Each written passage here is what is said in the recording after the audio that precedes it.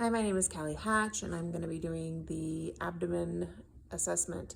For my assessment, I will be using my husband. He actually had a recent abdominal surgery, so I'll be showing real life observations of things you may be looking at. I would walk into the room, I would introduce myself, wash my hands, and I would also provide privacy since we will be exposing the patient's chest or abdomen area. Make sure that the patient's aware of what's going to be going on, since you do have to touch the patient and because they will be exposed. So first I'm going to walk up and I would do the 2 identifiers and ask the patient their name and date of birth, verify it with their wristband if they had one. I would explain to them what I was going to do, and then I would go from there. At this time, I would expose the abdomen, and the first thing I'm going to do is look at the abdomen and see what's going on. So my patient has been wearing a abdomen girdle, so there's impressions from that, but I'm going to show you some post-op findings with the patient. Okay, so right now I'm going to look at the patient, and this patient I'm going to look first at the abdomen and how it looks. I'm going to look for, any masses, bulges, anything that looks abnormal.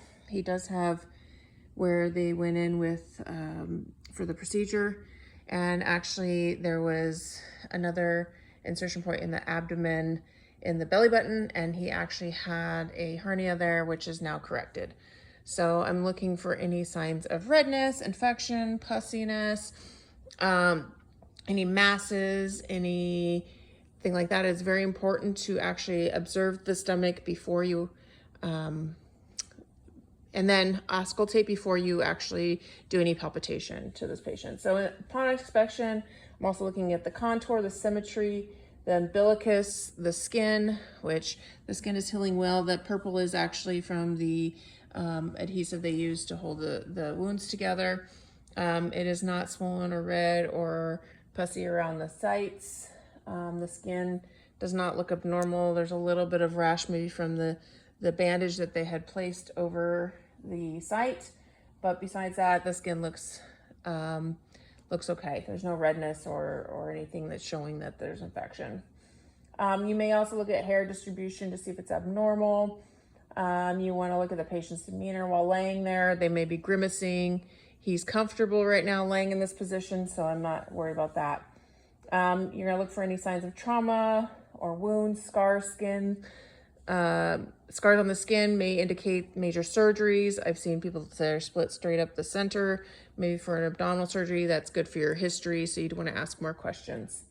You can also look for obvious hernias. His hernia was very obvious in the umbilicus area where it popped out just slightly, but they can be more severe where they take up a whole area, like a whole section. So hernias will be mainly obvious, but they may be also found just during palpation. So next I'm going to auscultate for bowel sounds. And when I do this, I'm going to let the patient know that I'm going to be auscultating. I'll use my stethoscope, and I'm going to listen in multiple sites to see if the bowel sounds are hypoactive or hyperactive or absent. Absence would be an emergency. So I'm going to listen, give it some time, and see if there's actual abdominal sounds heard in multiple quadrants. I want to do this before I do any palpation. Palpation may make the bowel sounds more active, which then doesn't give us a true reading of if the bowel sounds are happening or not. Okay, so during that time, I'm also going to listen for vascular sounds. I'm listening in all 4 quadrants. You would list them as hyperactive or hypoactive or absent. You may hear vascular bruits, which could indicate vascular issues, and friction rubs may be present over the liver or spleen, indicating inflammation. Next, you're going to do percussion. Can you hold this here? Thank you. So this is where we take it and we tap to feel how it feels in the quadrants. We're percussing, we could do it over the liver, the spleen, we look for splenic dullness, sorry, my tongue tied, bladder percussion, and any tenderness. This is done all for quadrants to assess for possible enlargement or ascites. Ascites is pretty visible too. They will look very distended and bloated. You would see that as well as feel that. So palpitation is last. Palpitation, you're going to ask the patient when you push down if there's any tenderness. You're going to look for rigidity, so you're going to push. He's a little bit rigid there and probably a little tender right here. He just iced it, so it's cold to touch, but that's because of icing. You're going to feel for any guarding, tenderness, rigidity. You might feel, I've felt people have masses that are just out of place just in one spot. Like I had somebody who had one right here and it being a bowel obstruction right in that area. You're going to look for the ascites as well, or enlarged organs. You know, down here might be appendicitis, gallbladder. You're going to feel the areas just to make sure. So with that being said, some red flags that I come across at the hospital, I can tell you right now, abdominal pain is the #1 complaint of people that come in there, because it can be so many things.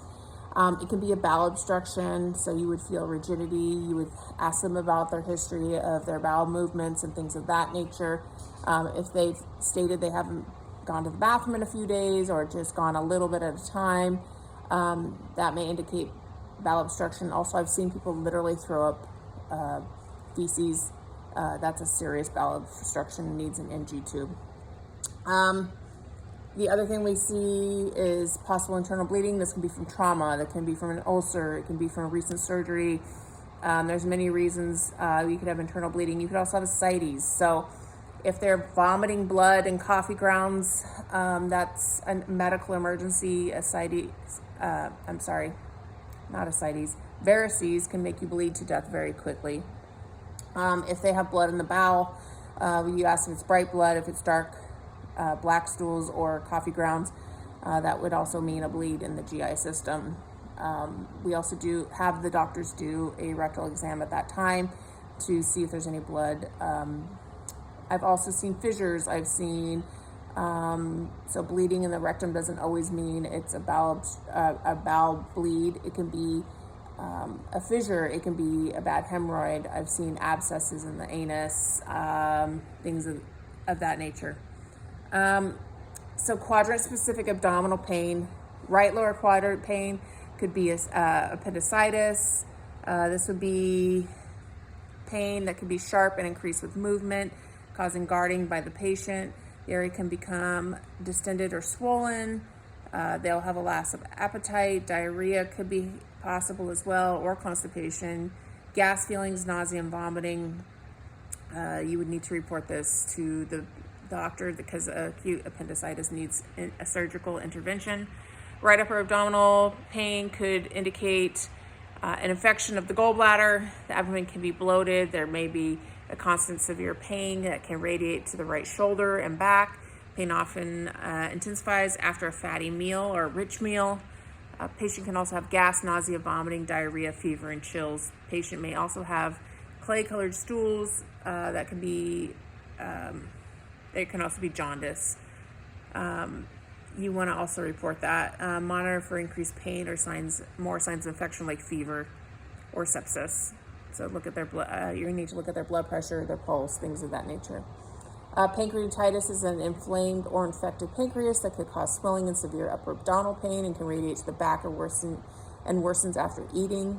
This could be accompanied by nausea, vomiting, fever, and a greasy and foul-smelling stool. A severe blockage could cause jaundice, and the major thing is issues with insulin. So it does control your insulin production. I've seen somebody have a gallstone that fell into the pancreatic duct, and then they could not regulate their insulin and had major issues regulating their blood sugars. You can have mesenteric ischemia, where the blood supply in the intestines is cut off for some reason or blocked, and it can cause it to die. That's a medical emergency. But we don't just talk about abdominal because of, stomach issues or intestine issues. You could also be an ectopic pregnancy. You have to remember with women, lower abdominal pain could be something with their reproductive system. So ectopic pregnancy can be fatal to a woman if it doesn't get caught and intervened with. So it can also keep them from having babies in the future. Ascites can also happen. This is oftentimes with patients with cirrhosis. It needs to be drained or tapped, as they sometimes call it. It's very uncomfortable for the patient. Can even push up on their organs and sometimes cause them to have shortness of breath. And that needs to be intervened with. Also, when they do drain it, if you drain too much, that can also cause a fluid shift and cause the patient to go into shock. So you do have to remember that when we're draining ascites patients.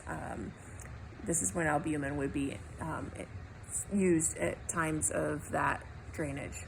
Bladder infections can also occur. So again, not just the intestines or the stomach. The bladder or kidney infection can cause abdominal pain. Kidney would be more on the flank side. The bladder can cause lower abdominal pain. It can also be accompanied by urine frequency, urgency, smells, odors, cloudy urine, dark urine, things of that nature. Patient sometimes has a fever, and with elderly, they can become very confused. We could have an aortic aneurysm, which is an immediate emergency. A AAA is an immediate emergency associated with pain, can be described as sudden, deep, constant, and severe pain. This sometimes is described as a tearing feeling or radiating to the back or flank area. There can be a pulsating or pulse sensation at the navel or mid-abdominal area. You can hear a bruit upon auscultation. That's why auscultating is also important. It may be accompanied by a leg pain or changing the color and temperature of the legs. Patients may be hypotensive and tachycardic. They can also bleed out very quickly. So I have seen where we did CPR on somebody and one side of their body regained color and the other one didn't. We sent them straight to CT and they actually had a aortic, abdominal or aortic aneurysm, and they caught it in time to fix it. You can have a perforation of the bowel. This is an emergency because the patient can become septic, very septic. So this is when, and it doesn't just have to be the bowel.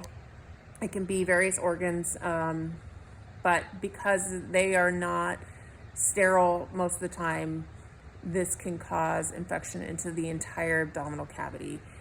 So it can be very septic. IC diverticulitis a lot. It can perforate, cause bowel to go into the abdominal cavity.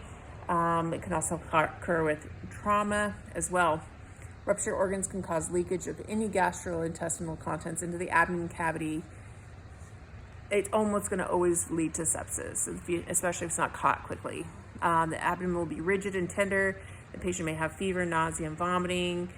Look for signs of inflammation, infection, severe pain, and septic shock. Hypovolemic shock can also occur, especially with like varices, when people are puking it up, their liquids. If we drain somebody too quick who has paracentesis done. So there's different things. Also malnutrition, just dehydration. Hypovolemic shock can also be caused by internal bleeding, so with the abdominal or esophagus. So that is why we are also assessing for rigidity and possible signs of bleeding. Poor blood volume leads to reduced renal perfusion and reduced oxygen to the kidneys, causing AKI. Hypovolemic shock can lead to organ failure and eventually death. Immediate fluids and blood replacements needs to be initiated, as well as the source of the volume loss needs to be identified and treated. Those are just a few things that I threw out there. There's a lot of other things that can happen with the abdomen, complications because of surgery, just bowel blockages, which can become an emergency. But I do know that a thorough abdominal assessment is needed because there's so many reasons to have abdominal pain and you got to figure out why. So your Qs are going to tell you what additional testing and assessment needs to be done on these patients. That's it for me. Hope I threw some information out there for you. And thanks for watching. Thanks, bye.